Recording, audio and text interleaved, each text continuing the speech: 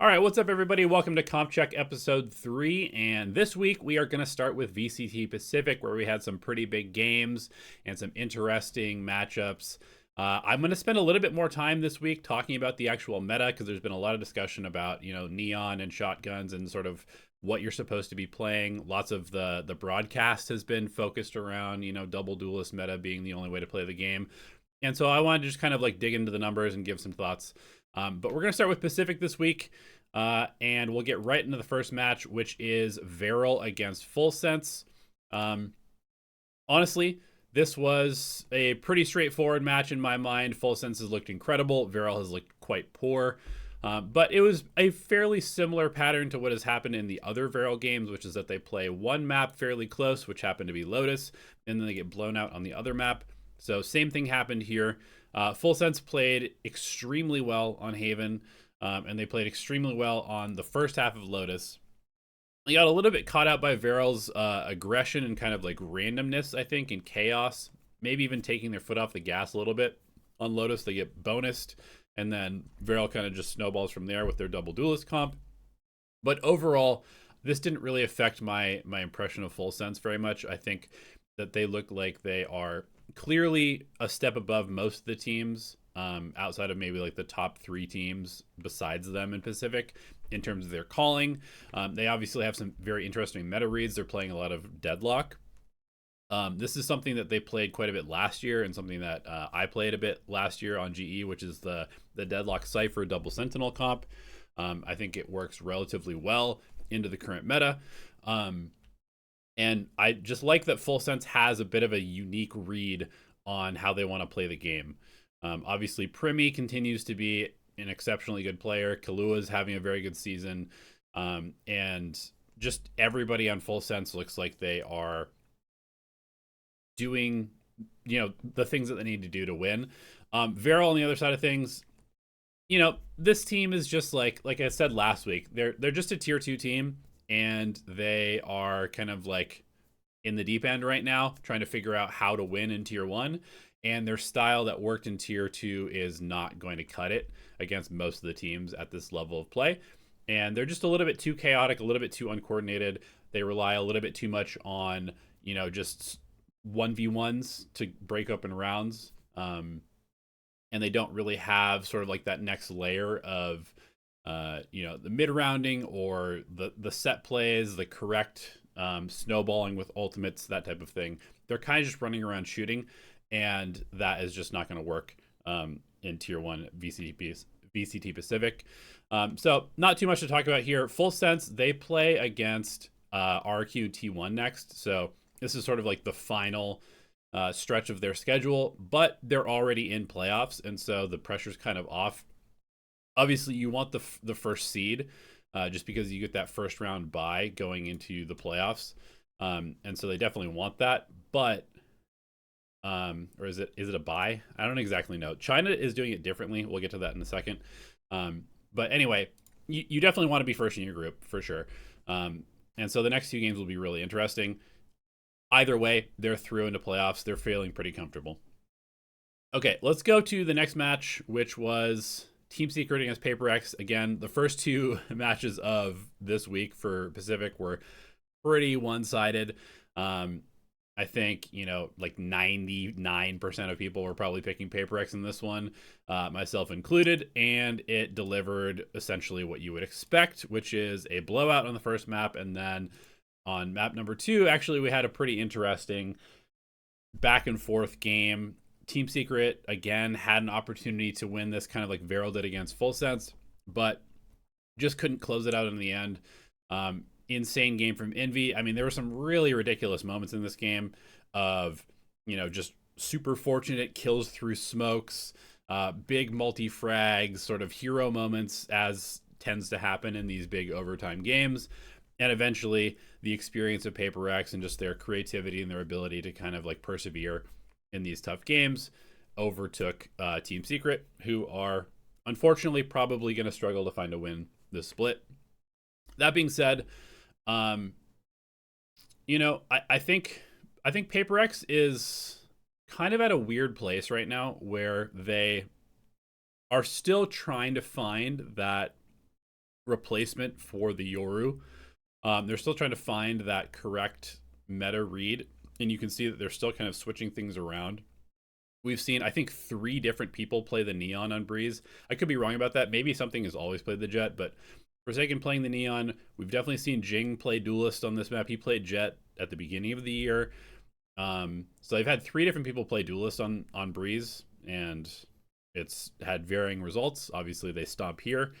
Jing had an insane game, and I want to kind of touch on Jing briefly because I think that he's having one of the best seasons that we've ever had from him. He's been the most consistent player on this team every single week. He's putting up big numbers, and he is kind of just like the rock that they're building around for this year.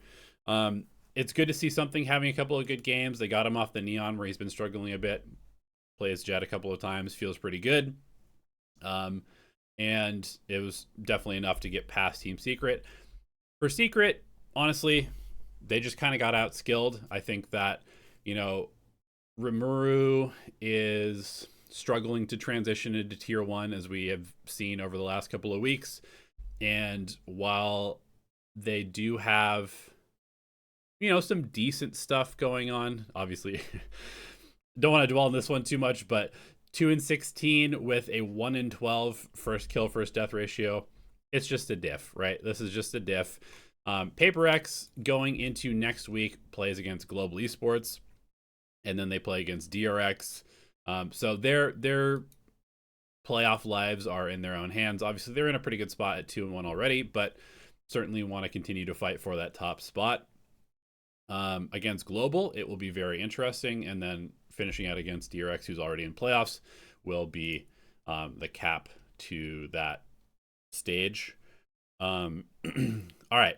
Speaking of Global and DRX, the Termi versus Frost rivalry, the Rumble in Seoul, lots of hype coming into this game. Obviously, there's a lot of external factors that go into making this one an interesting match. And unfortunately, it didn't really deliver that much. This was pretty one-sided.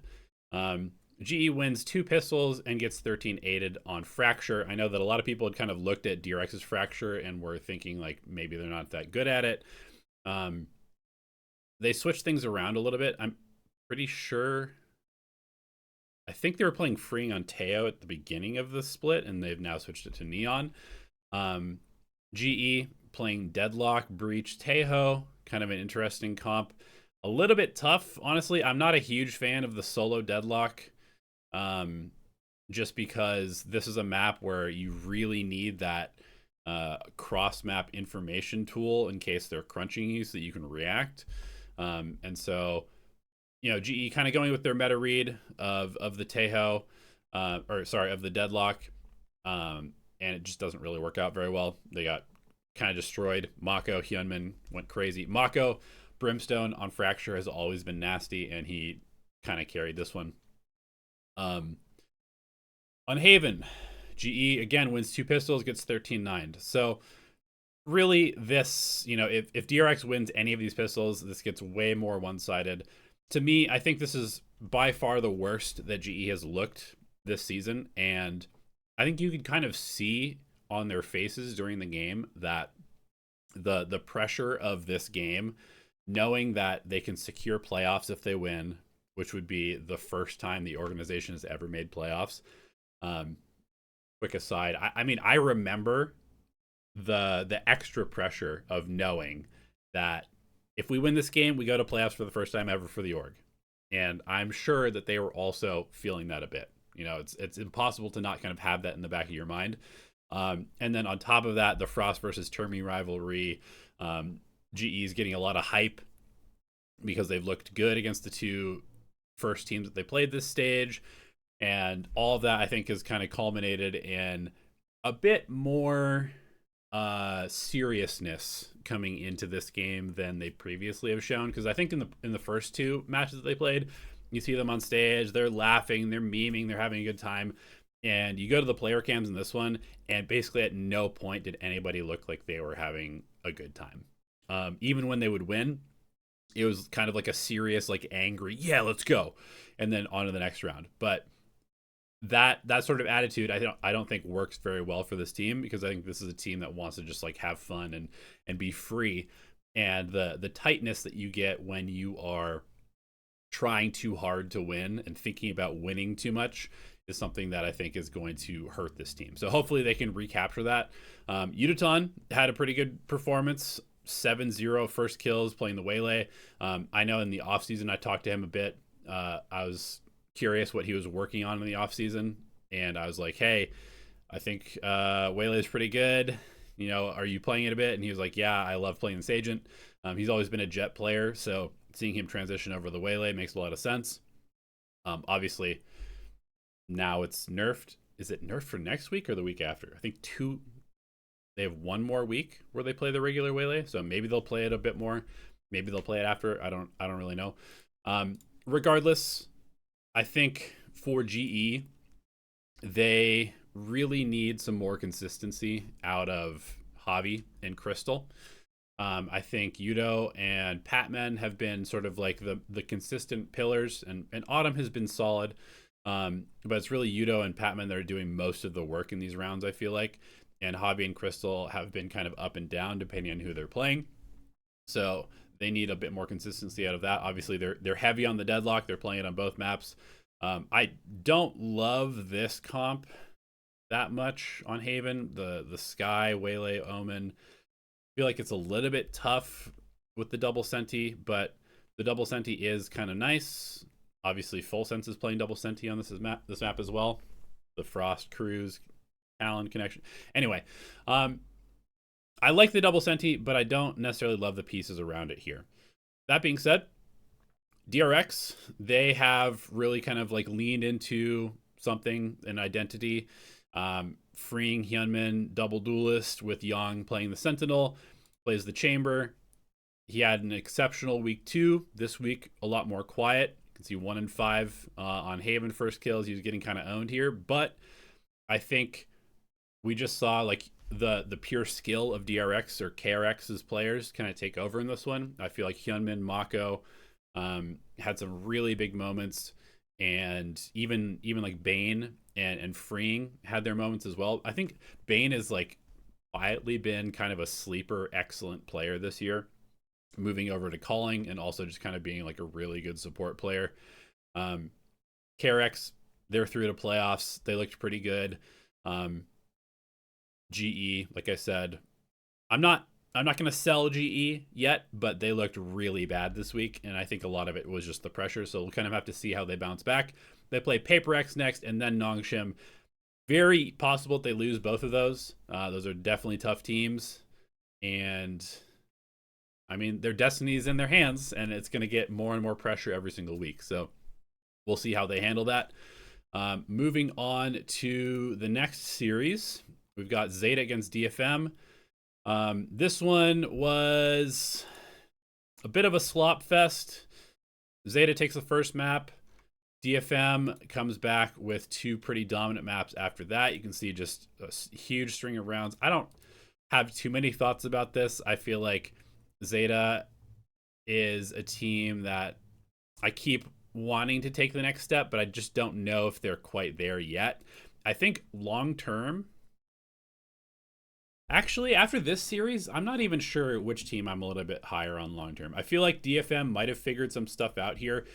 They made a switch of putting Akame on the second duelist on Lotus, and I think that was a good choice. For me, their roles are still a little bit messed up because I really do think that Yatsuka is probably the best Sentinel on their team, and they're not playing him on Sentinel on any of these maps. They're playing him on Initiator, which I don't think is going to get the most out of him.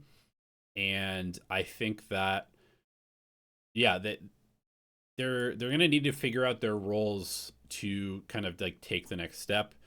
And they're also kind of playing like a variety of different comps with a variety of different players. I don't have high hopes for either of these teams, obviously. Zeta, I was kind of excited after the first 2 weeks just because they looked pretty good, even though they lost. But this was definitely a step down. The regional Japanese versus Japanese matchup, it's going to carry a little bit extra weight. These teams know each other fairly well. I think this was particularly bad showing from Zeta on the last couple of maps, but yeah, they didn't really move. Neither of these teams really moved my power rankings very much. You know, DFM up one, Zeta down one, but they're both going to be kind of towards the bottom, I think. There is certainly a chance that DFM can make playoffs just because they have Zeta and Varel, and there's a pretty good chance that they will make playoffs, but I just don't really think they're going to do very much in playoffs, so there's not too much to talk about there. Moving on to the next couple series, we have RQ versus T1. RQ's kind of been like that perennial gatekeeper team in VCT Pacific. Obviously, they've had a couple high highs where they go on to win a stage, but for me, they've never really struck me as a team that's like taking that next step to being like a real international competitive team. Whereas I think that T1 has the caliber to obviously go win a tournament if they want to. And this series, I think, kind of showed that gap a bit. We go to Pearl, and it's pretty one-sided. And then we go to Bind, and it's also pretty one-sided despite a bit of a comeback for RQ. Again, this was, I mean, both teams lose a pistol, win the anti-eco, and kind of go off on a bit of a run. But I think overall, this one felt like a pretty big diff. I think Munchkin kind of outcalled. And interestingly, this season has had a lot of these IGLs also fragging out.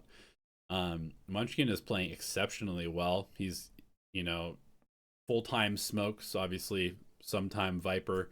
And he's looked really good on that role. And I think that the more that I watch this T1 play, the more I see them kind of rounding into form.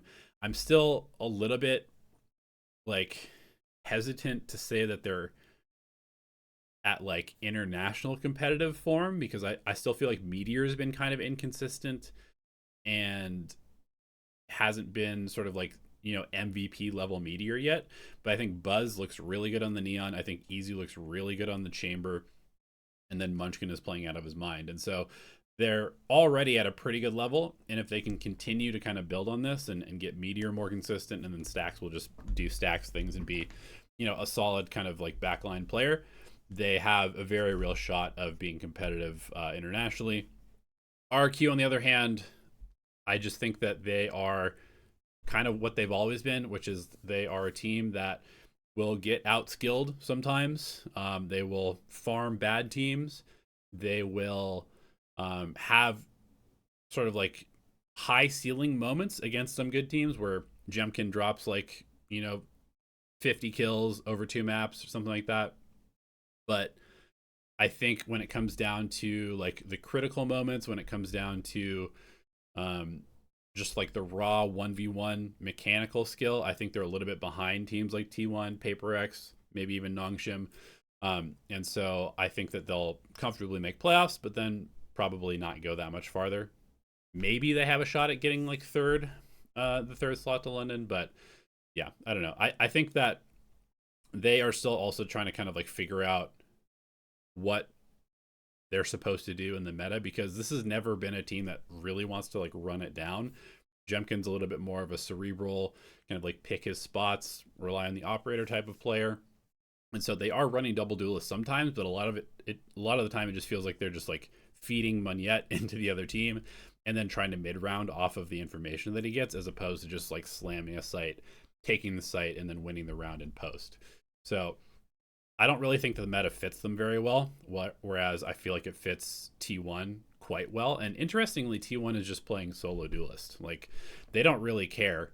They're playing, I would say they're playing more aggressively playing solo duelist than RQ is playing double duelist, which is kind of interesting.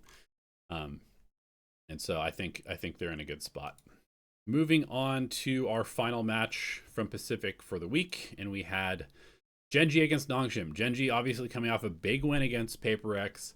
They jumped much higher in my power ranking. I had them basically at the bottom, and then they beat PaperX and they looked really good. And then they come in and they play Nongshim, who's desperate for a win, and they just get absolutely plowed. I mean, this was back to Genji week 1 against GE. Maybe not quite that bad, but they looked terrible. Nongshim obviously looked pretty good, but I wouldn't say that I was like Nongshim just absolutely outplayed them. I think that Genji kind of just looked terrible. You know, they're still trying to figure out this like texture Karen double duelist kind of weird stuff. For me, I think the clearest thing for Genji is you put Zinx on Neon, you send him in first, you let texture trade. I don't know why they keep mixing things around. They've only looked good when Zinx is playing duelist and texture is the secondary duelist with the operator. Zinx has looked terrible on everything other than Neon. And so I don't really know why they keep messing around with all these different roles.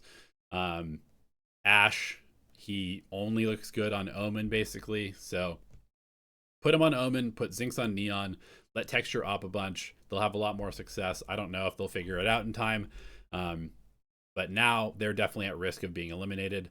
It's going to be between them and GE probably for that last spot in playoffs, and it'll be kind of an interesting story to follow. Obviously, GE has the head-to-head, so they have the advantage there.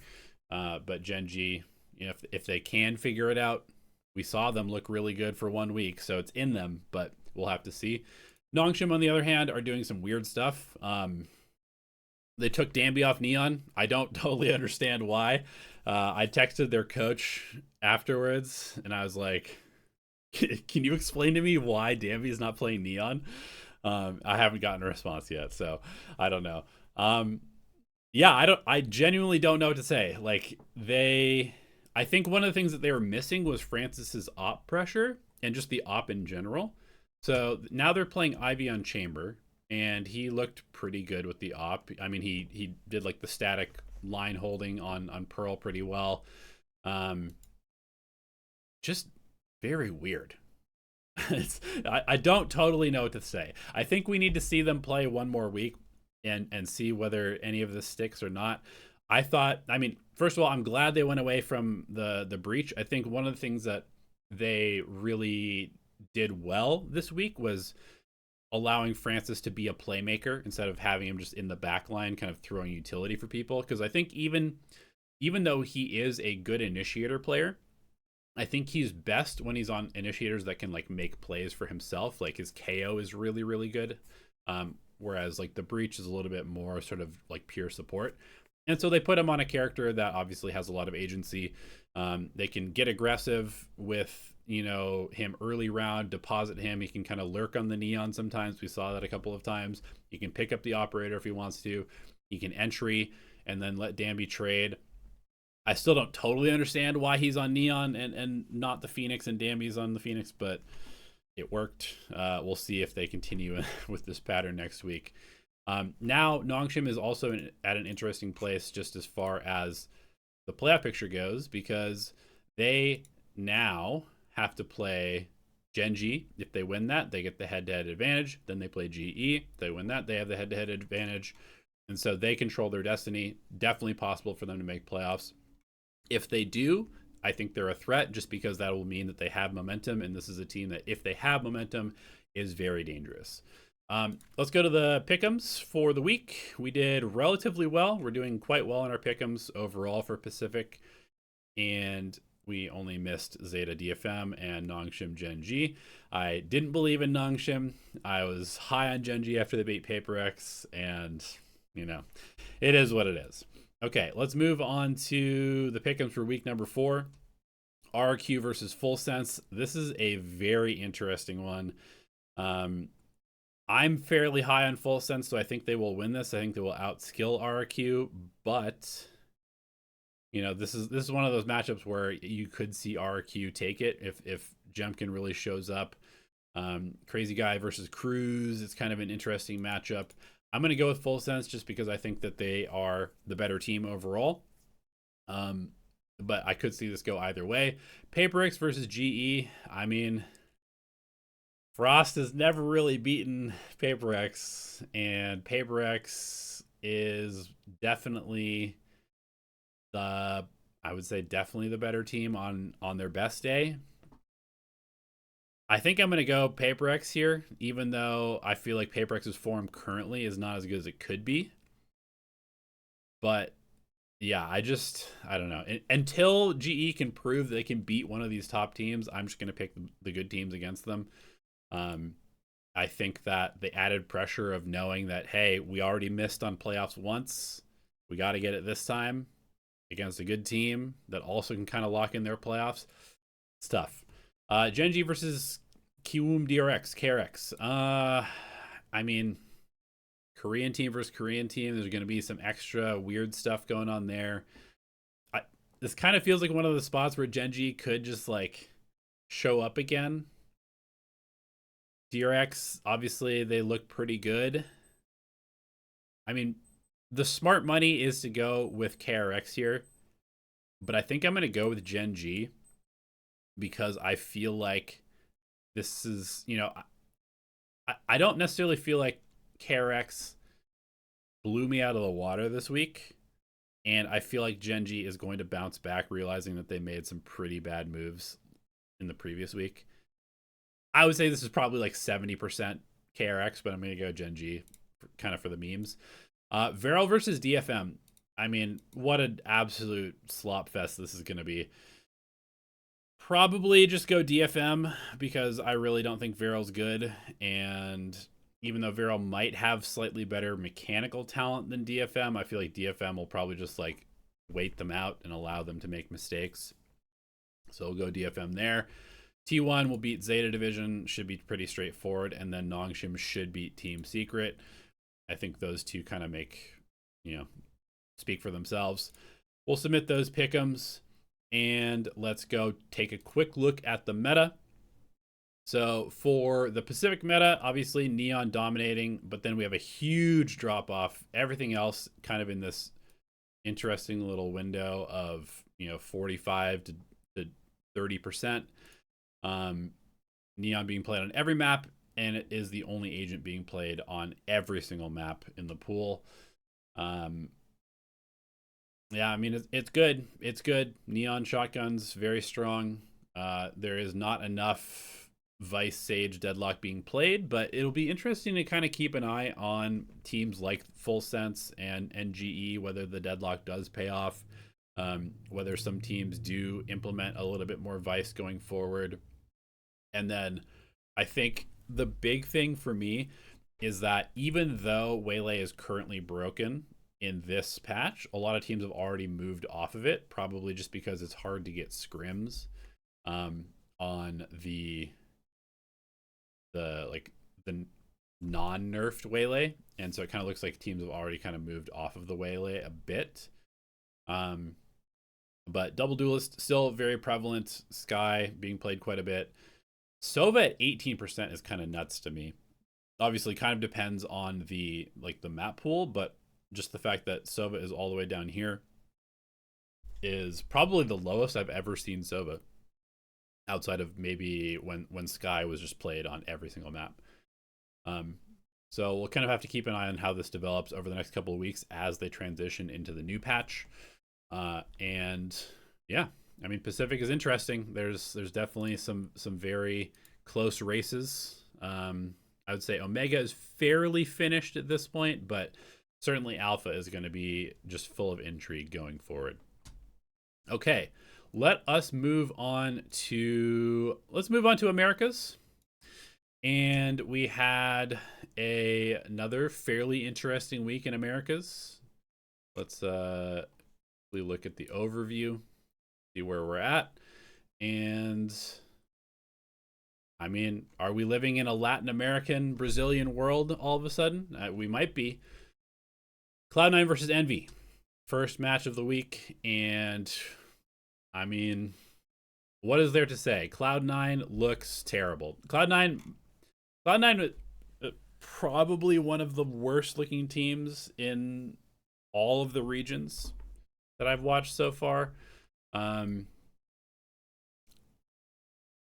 don't want to spend too much time flaming them. I will just say this. Let me find my notes on these games also. But I will just say this about Cloud9.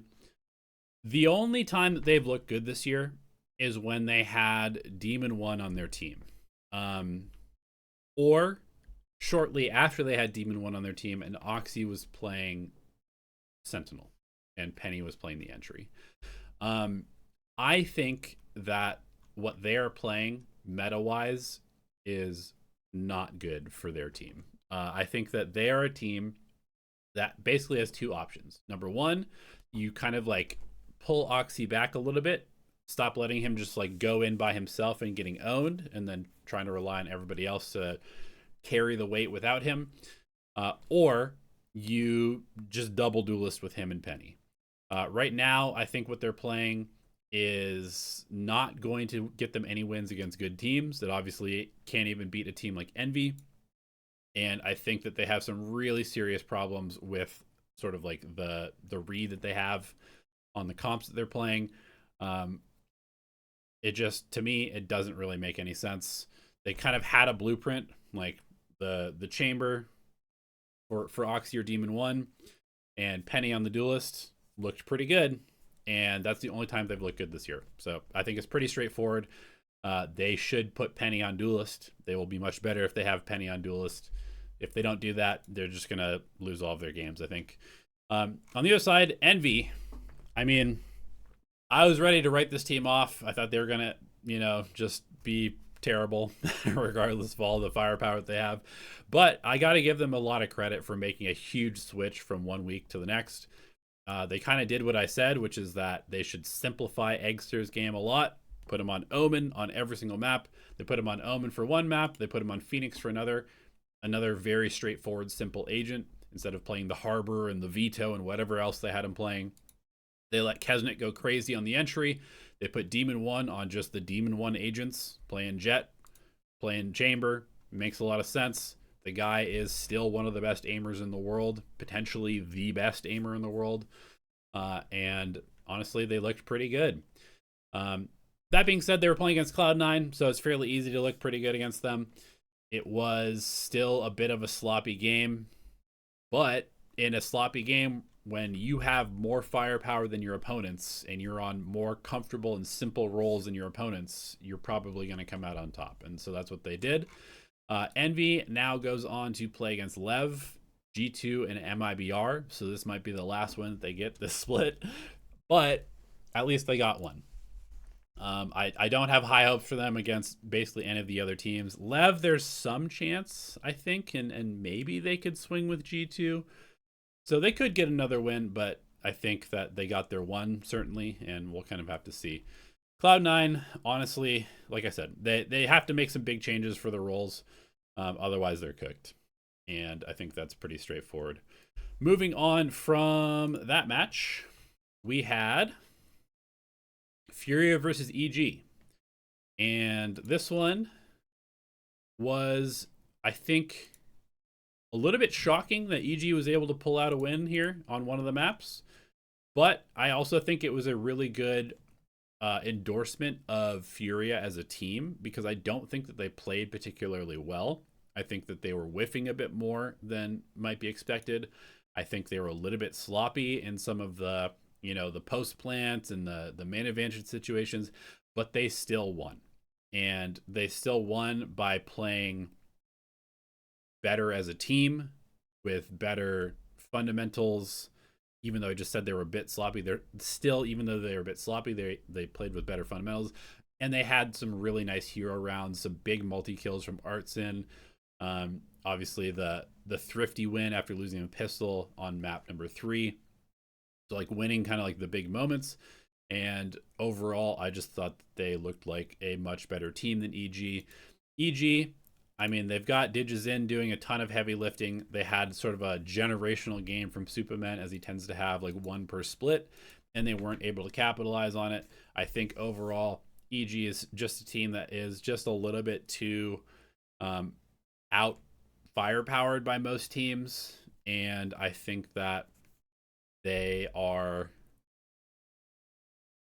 they've got a little bit of a different idea about how to play the game. Clearly, they play very slow, controlled rounds, which I think can be good, but you need teams to be like running into you if you're going to play like that and giving you openings. And Furia, I think, is probably just like too disciplined and too good of a team to do that.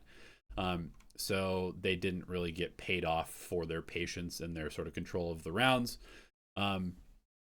Overall, Furia just a better team, and even on kind of an off day, they looked like it. So moving on to the next one, we have G2 versus Lev.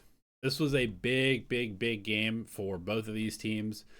G2 kind of needed a bounce back. Lev trying to kind of build on their momentum of looking like a solid team. And G2 comes out and smashes them on Breeze. G2 is very heavily on sort of their anti-meta read. It's clear they're playing Vice on every map. They're playing Harbor as often as possible. They're playing a bunch of Astra as well. It's clear that they think like Harbor, Astra, and Vice are sort of the counters to the meta. But I think I kind of agree to some extent. I think I like what they're doing. I thought their Harbor on Split in particular, even though Valen's personal stats were not that good, I feel like their utility was really nice. The only thing I haven't really liked from their Harbor has been their ult usage. I think that their what is it even called? Reckoning? Is it still called Reckoning? I think their Reckoning usage hasn't been great. But overall, I like the ideas, but the level of execution necessary to make these comps work is very high. And so I think that they are definitely susceptible to, like, if their execution is not on point, if their comms are not perfect, they can kind of get run over sometimes by teams that are just going fast and brute forcing stuff. Overall, I've been fairly impressed with Baby Bay. I know he had a bad final map, but I think that domestically he's looked really good. He had a little bit of a down Santiago, but domestically I think he's been solid.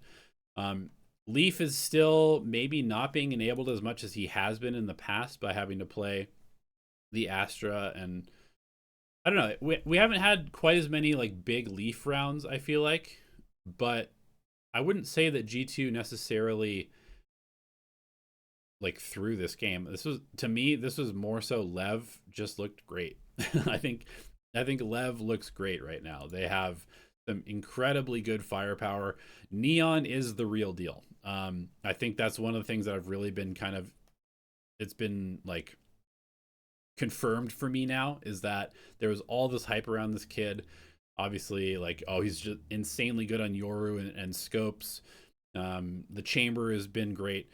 But then we see him playing Brimstone, we see him playing Omen, and he looks insane on all of these. He's just like a true potential superstar in the making. Like the way that he plays the game, the timings that he finds, the way that he takes his fights is really top tier. And I think that Lev is a team that I am very high on now going forward.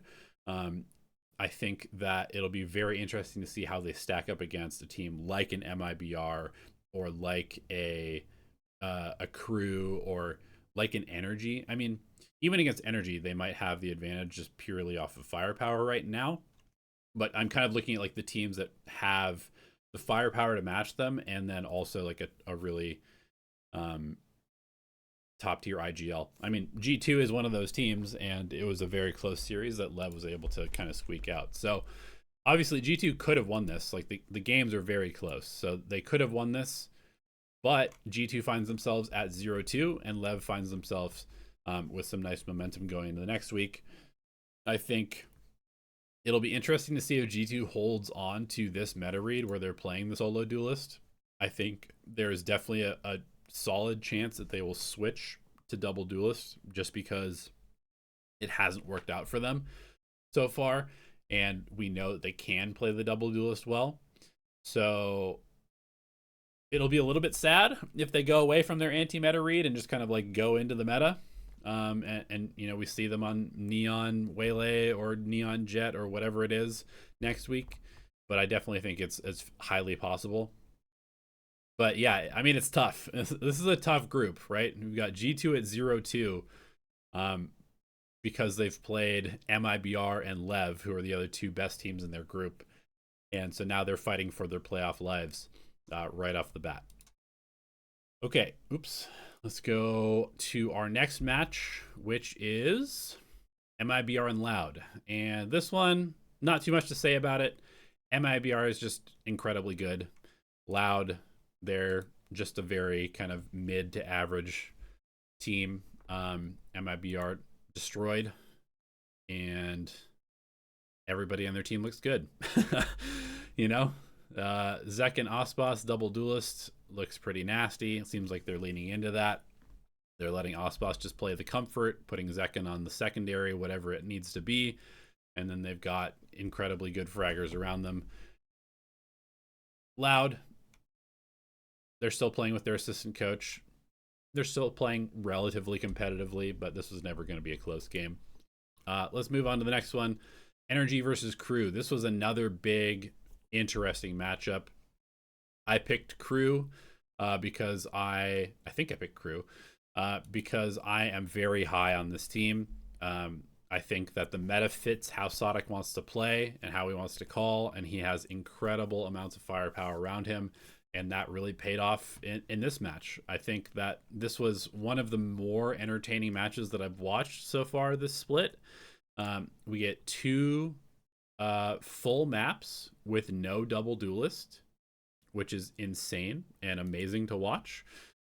We get both teams essentially playing the same comp. It's mirror comp on both maps, but it's single duelist on both maps.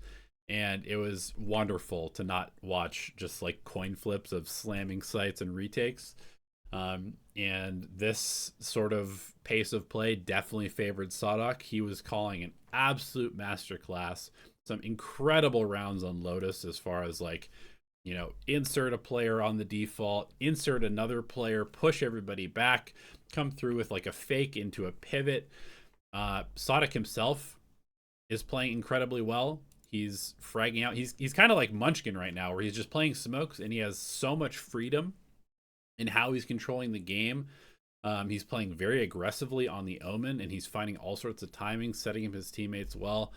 I think it kind of helps that they have one of the best neons in the world in Dante Deus on their team to make a ton of space. And then obviously you've got just incredible amounts of firepower on all of the other sort of like off supportive roles as well. The Sentinel, the Viper, the Initiator, all of them are like top tier duelist level firepower. So they just really outshot Energy in a lot of these situations. And I think that I really am looking at Crew as one of the teams that should make London, just based off of the momentum that they have. I think the read that they have on how they want to play, the identity of the team, they're having fun on stage. And I have just been a Sodic believer for years. And like I said, I think you just kind of throw away the EMEA adventure that he had, and he really looks like he's in top tier form right now, calling wise and also shooting. For Energy, it'll be interesting. I feel like they have not been getting very much value out of some of their, like hero players so far, like Scuba, Kiko, and even Mata to some extent. These are players that when they are winning games are having, big 3K, 4K rounds, winning clutches, carrying them at moments. And it kind of feels like they're all just like nerfed a little bit in terms of their performance. None of them are really kind of stepping up in these big moments, and none of them look particularly clean with their aim and with their sort of like timings of when they're taking their fights. And I think it might be one of those situations where they're thinking a little bit too much while they play about how they want to play the game, potentially because they're not playing the meta and they know that they kind of have to like execute stuff really well. But yeah, it's been a little bit of a rough couple of weeks for them. They go on to play 100 Thieves, EG, and Sentinels, which are all winnable games, but they need to win them all. They're kind of like G2, where they've played the best two teams in their group besides themselves.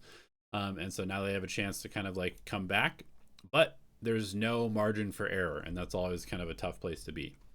All right, moving on to Sentinels versus 100 Thieves. I got this one wrong. I did not expect for Sentinels to be able to bounce back in 1 week, but the addition of Jerwin has suddenly made them look much better.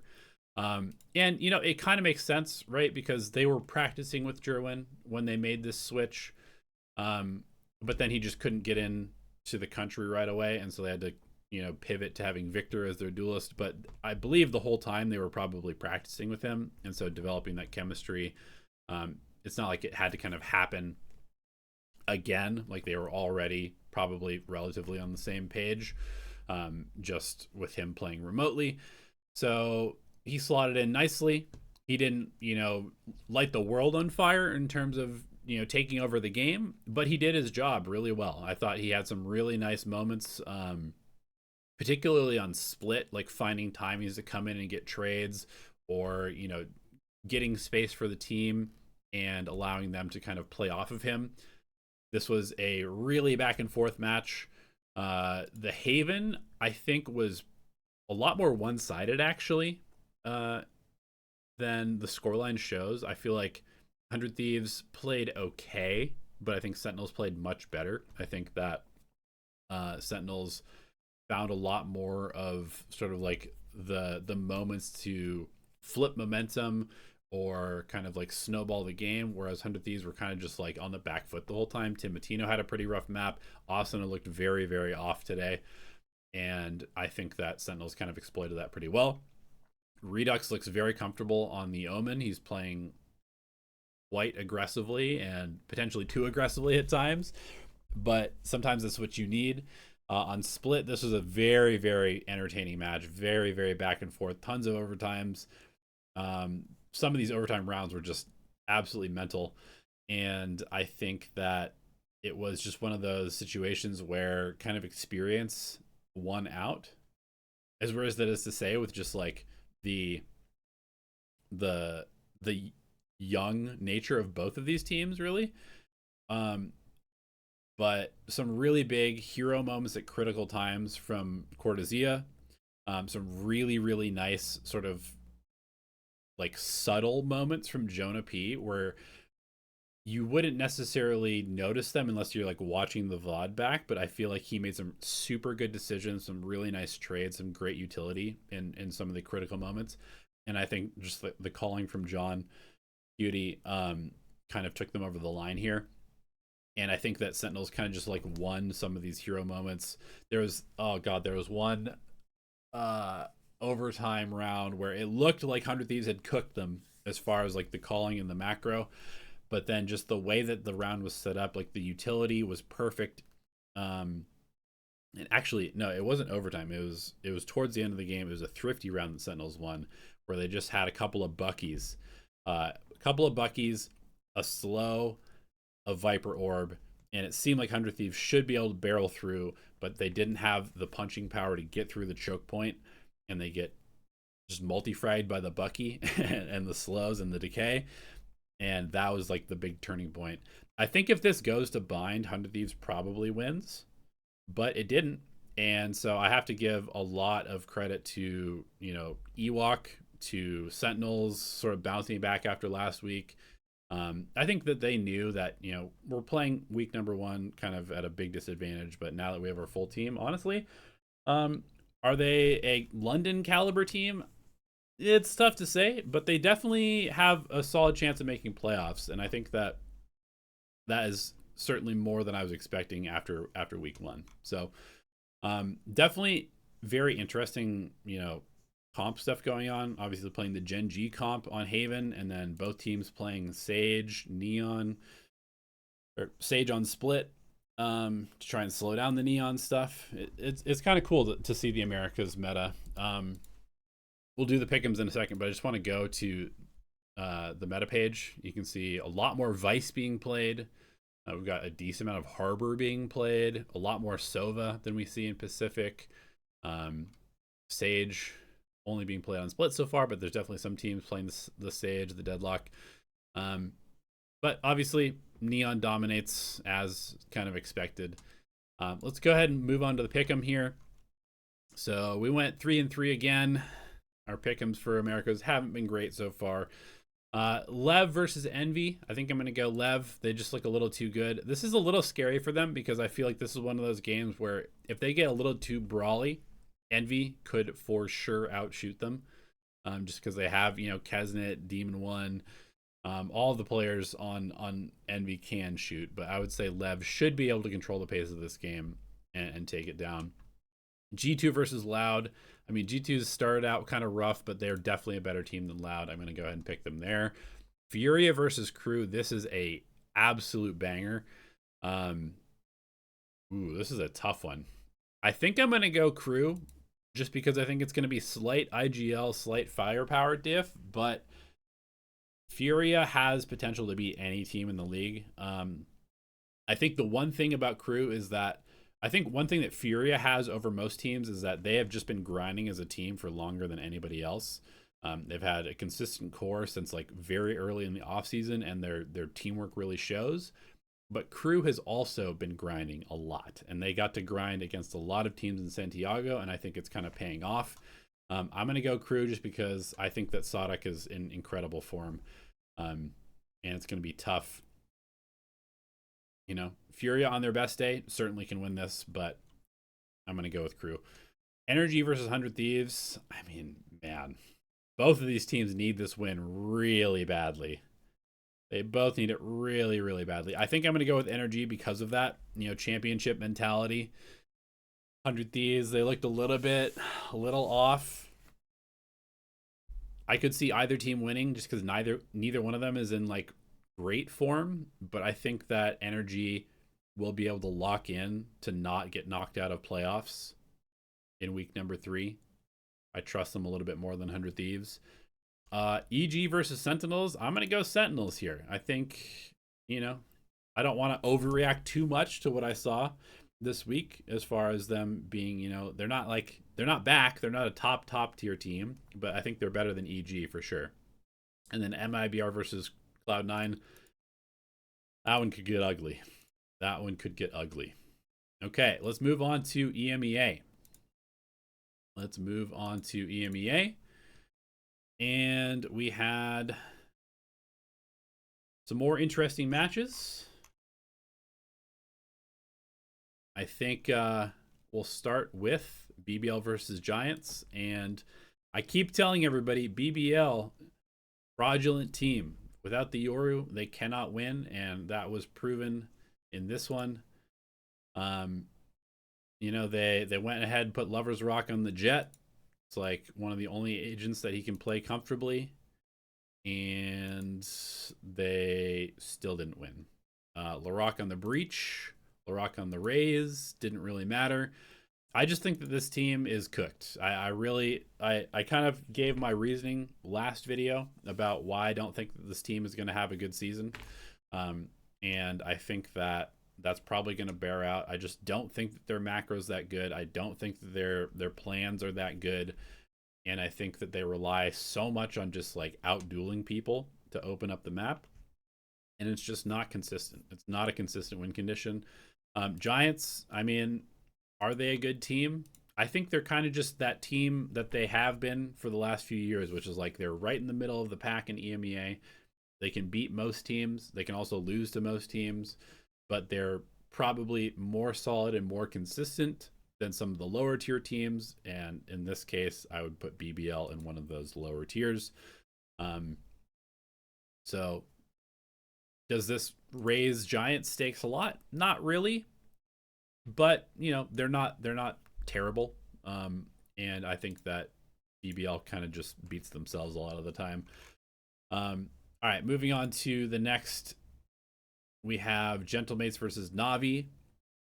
So this one was a little bit extra interesting because we had Comeback coming into Navi. And for the first half of Pearl, I was like, oh, Angel has figured it out. He knows exactly how to get value out of Comeback. I think they're going to look insane. Get a third Turk on the team. Ruxic Hero Comeback. They're going to absolutely carry. And then all of a sudden, it's not working out too well. You start getting the Gentlemates calling. Starkzo's kind of doing a little bit of a masterclass. Martine looking nice. The Bippo and Martine sort of duo of like tag team duo all of a sudden starts taking over the game a bit.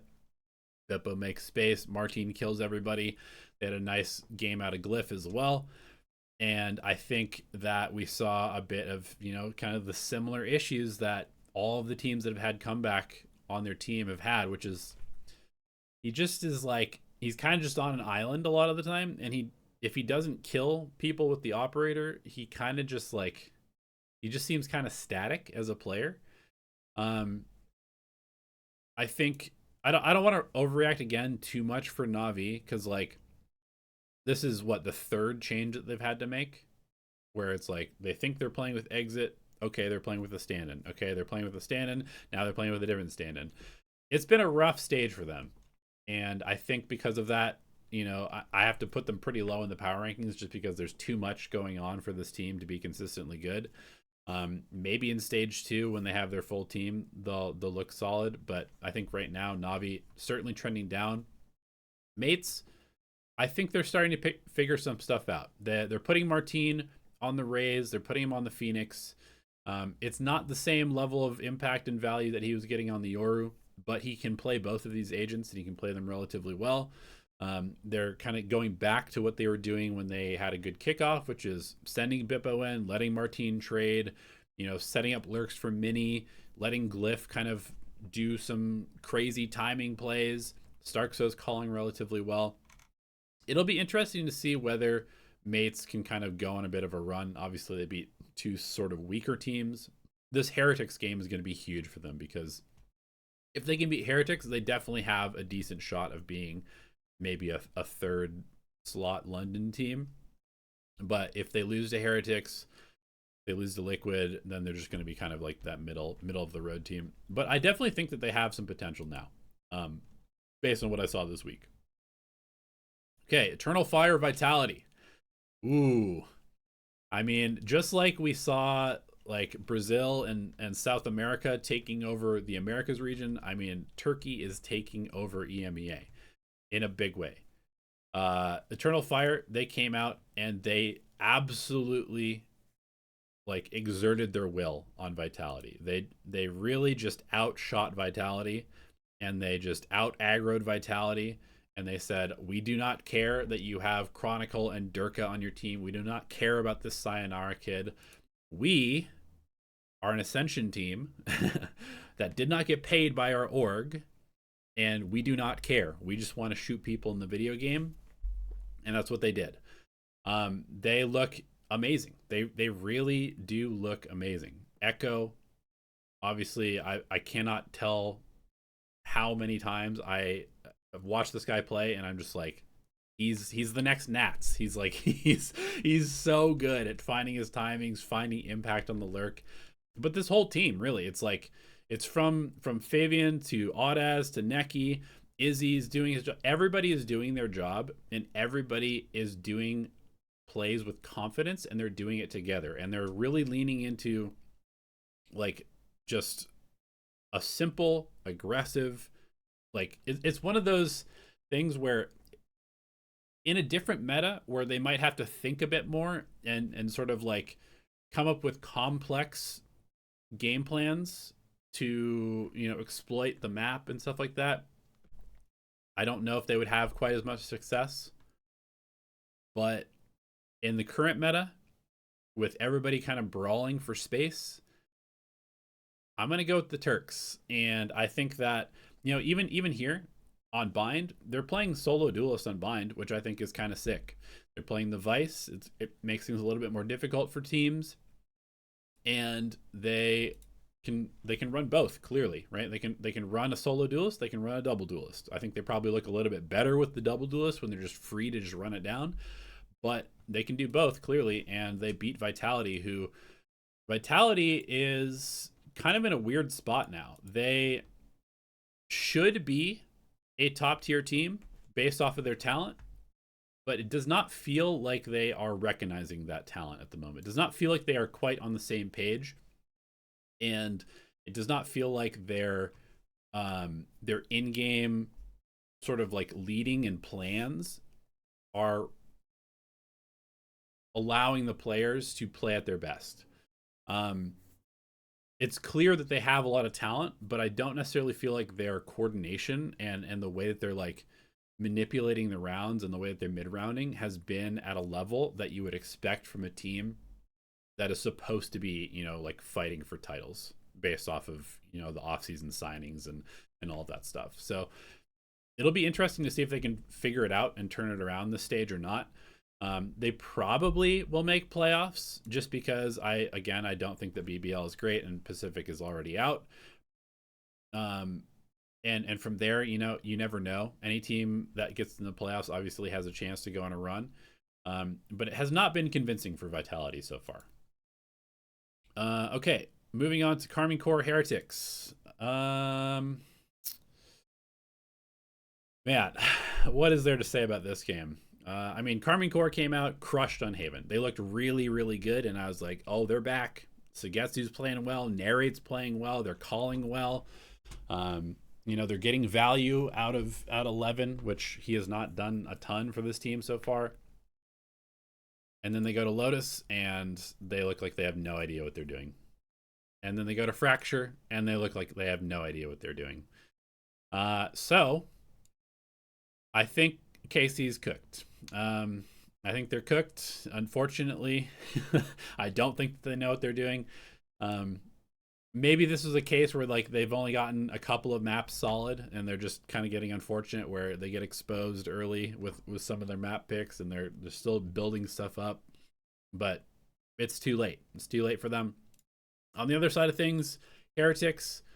I mean, I was kind of liking the stuff that I was seeing from them. I still don't think that they look like they're in peak Heretics form, but the Koshmaris Neon has looked pretty good. And interestingly, let me see if I can actually find this real quick.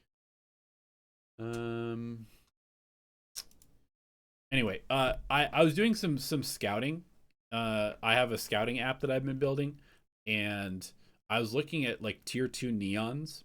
Who are the best tier 2 neons? And actually most of them are in the league in some form. And Koshmaris was one of them. Maybe it was Kalasha. I could be mixing them up. Anyway, they looked pretty good with Woot on primary duelist and Koshmaris on like primary space creator on the neon. I'm going to need to see more out of this team. They play against... Who do they play next? They play Gentlemates. Like I said, this is going to be a very important game for both teams. And then Foot will be a big test as well. I think that Heretics should be fine.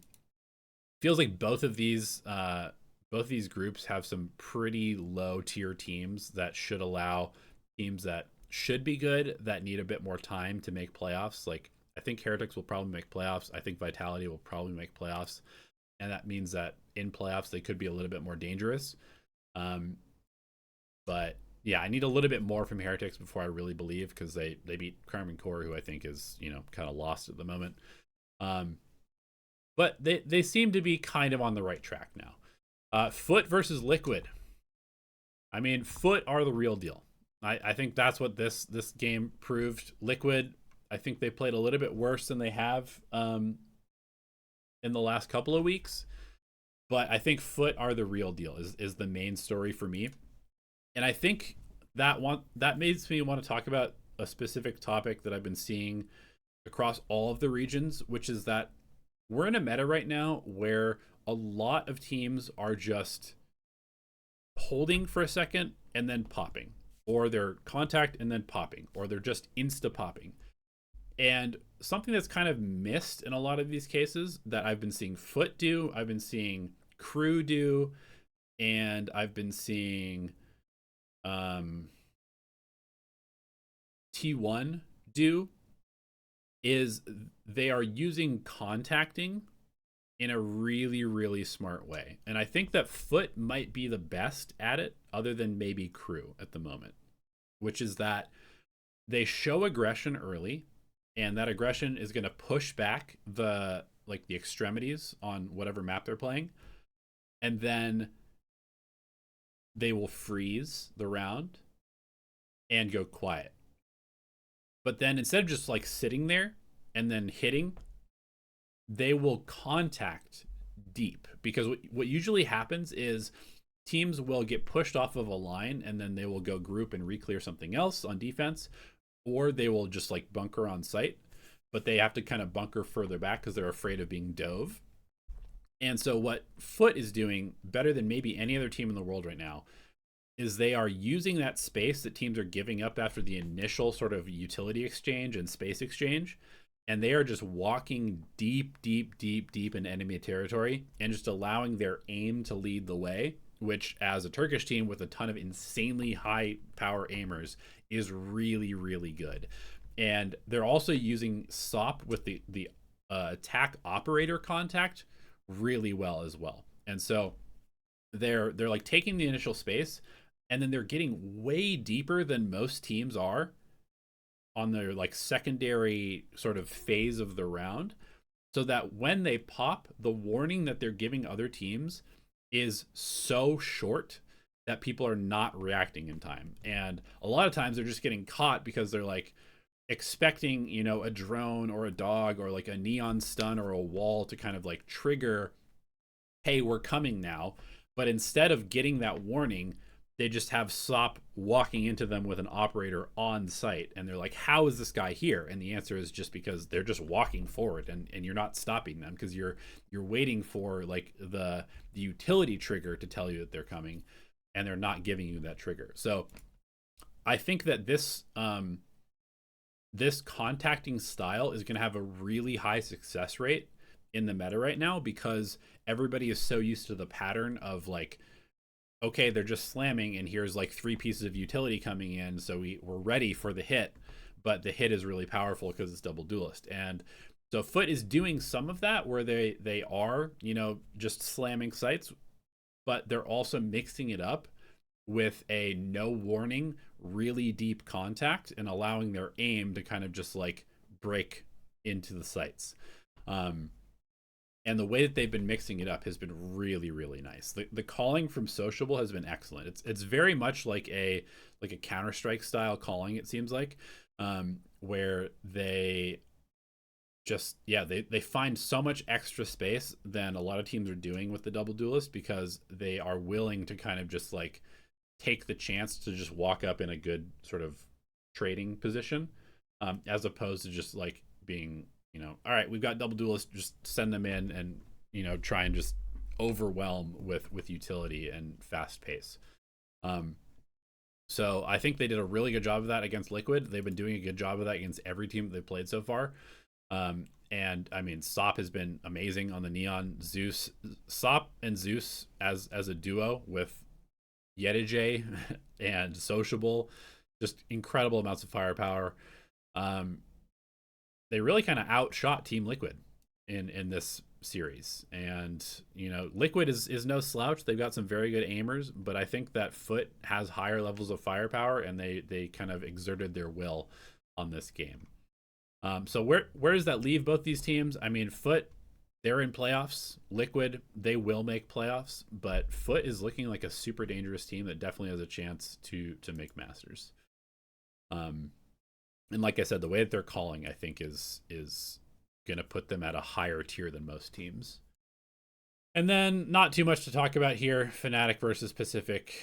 I mean, Fnatic took a bit of time to wake up on Split, as they tend to do sometimes. First map of the series, they're always a little bit slow, but Kayak took over the game, which is good to see. You know, he's had a little bit of a slower year, I would say, and certainly once the Yoru got nerfed, he's been a little bit kind of nerfed himself. But I mean, Fnatic on Lotus, it was insanely good.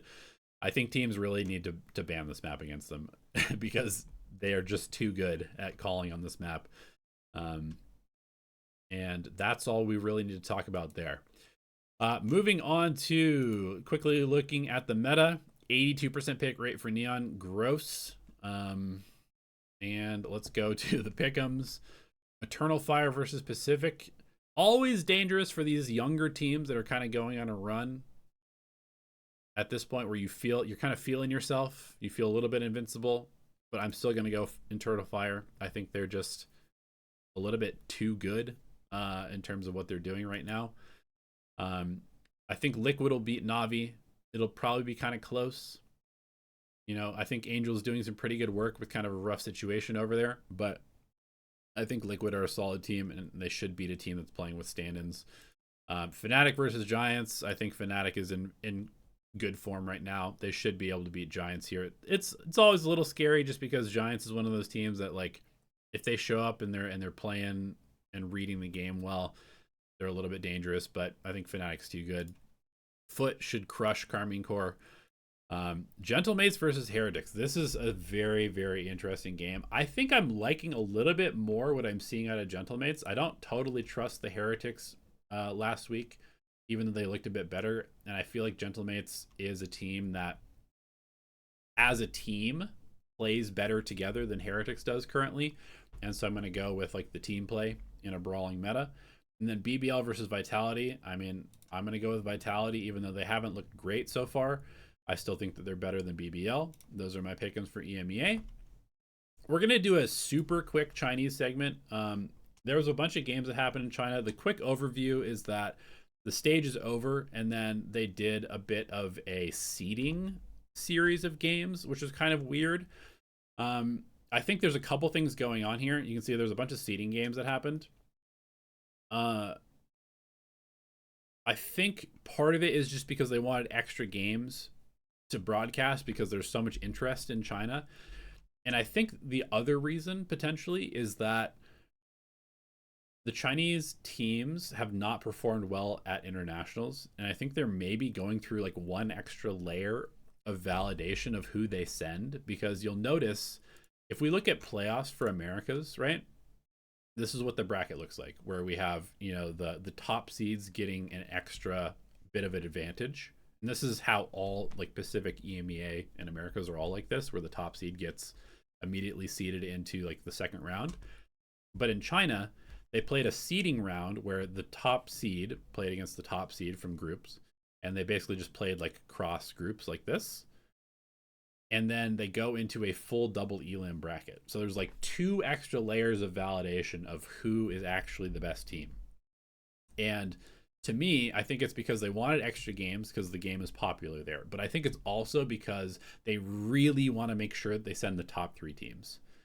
Because right now, China has been a bit of an embarrassment at international tournaments. And I think they are trying to make sure that they send the top 3 teams that they have a better chance of not being embarrassingly bad at internationals. So this is what the playoff bracket looks like. We've got Shilai against Titan, JDG against Tyloo. These two were in a group together and they already played each other. So, you know, the sort of like cross group mandatory games is not something that China is doing. EDG and DRG and All Gamers against Trace. So these are the playoff matchups. They don't play for 10 days because they're moving the entire thing to Beijing. So they're moving around kind of like the other groups are, or the other regions are as well. But yeah, these teams will now be switching over. They played the entire stage on the previous Waylay meta, and oh my god, I have to talk about the meta here. 80% Neon, 67% Waylay. Look at some of these percentages. Bind, we are at like 90% for every single agent. Split, we're at like 90% for almost every single agent that's being played. This is not good. This is not good, guys. You can say what you want about the meta being like shit and Neon being too powerful and shotguns being too strong and stuff like that. But there is a huge exploit possible in China right now because every single team is playing the same comps on some of these maps. Like, somebody needs to figure this out. And you can say like, oh, well, they're just playing the best stuff. But if every single team is playing the same comp on the same map, there has to be a way to counter it. I refuse to believe that there isn't something that you can do to beat Neon, Waylay, Sky, Brim, Viper on Bind. Or same thing on Split. Like there's something that you can do that will wreck this comp. And if every single team is playing the same comp, you should be able to figure out something to do against it. Okay, real quick, just overview of how the group stages finished out. Shilai ended up taking the top spot over EDG. It was pretty close. Shilai just looked like they're a little bit more consistent as a team. EDG is playing pretty well. Kong looks really good. Smoggy's starting to play a bit better. But they still are kind of inconsistent for their final 3 players. Nobody, Chichu and Gianni have been kind of inconsistent. Trace and Dragon Ranger Gaming, meh. They're both going to go out. I don't think they're going to do much. DRG, I think, as weird as they were probably better with Akuman than they have been with Life. Life has been pretty bad. Trace, they're just kind of a mid-table team. Titan Esports had a couple of upsets. FPX and BLG I had much higher in my power ranking early on, but they lost some critical games. They both ended up falling out of playoffs in the final week. Tai Lu, even though they end up third seed, I think is probably my top team from this group. I think they have the highest potential, but I will also say that JDG, they made a switch partway through the stage where they moved Stu over to Smokes full time and have put Jay on full time entry and then Yuka as their second entry. Or sometimes Yuka, I guess Yuka's playing the Waylay and he's going in first and then letting Jay come in after and trade him. And Stu has been insanely good on Smokes, actually. So this team has made a bit of a role swap. I think it was because, at least they said it's because Stu hurt his shoulder, so he can't play Duelist, I guess. But I don't know. Anyway, ever since they did that, they have looked way better. So this team is actually pretty dangerous. They do have very high firepower, and they even beat Tai Lu. So they have a puncher's chance for sure. All Gamers has looked decent, but also I don't think that they're quite at the same level that they were in kickoff. I think that they're probably going to lose to a lot of the top teams on firepower basis. I mean, Fangear is still playing very well. Shrimp has been good, but I don't think that they can beat like Shilai. I don't think that they can beat EDG, and I would probably pick Tai Lu over them as well. Maybe even JDG. So it'll be interesting to see how these playoffs shake out. Let's go ahead and just do our pick'em for playoffs. I think I'm going to go Shilai over Titan. I'm going to go... Ooh, actually, maybe we'll do this a little bit closer to the start of this. We'll do this next week. So, okay. Final little thoughts on the meta that I just want to give. Shotguns are broken. I think the biggest thing that needs to be changed right now is the shorty is too strong, the judge is too good, and I think that right now we're kind of at a place in the meta where it's just too easy to run it down, and so everybody's just taking the easy path, as tends to be the case. But we will see some teams that are playing some off-meta stuff and have good theory behind it that will have a lot of success. We've seen the Sage come out. We've seen the Deadlock come out, the double Senti for full sense. I think there will be some teams that have success with that.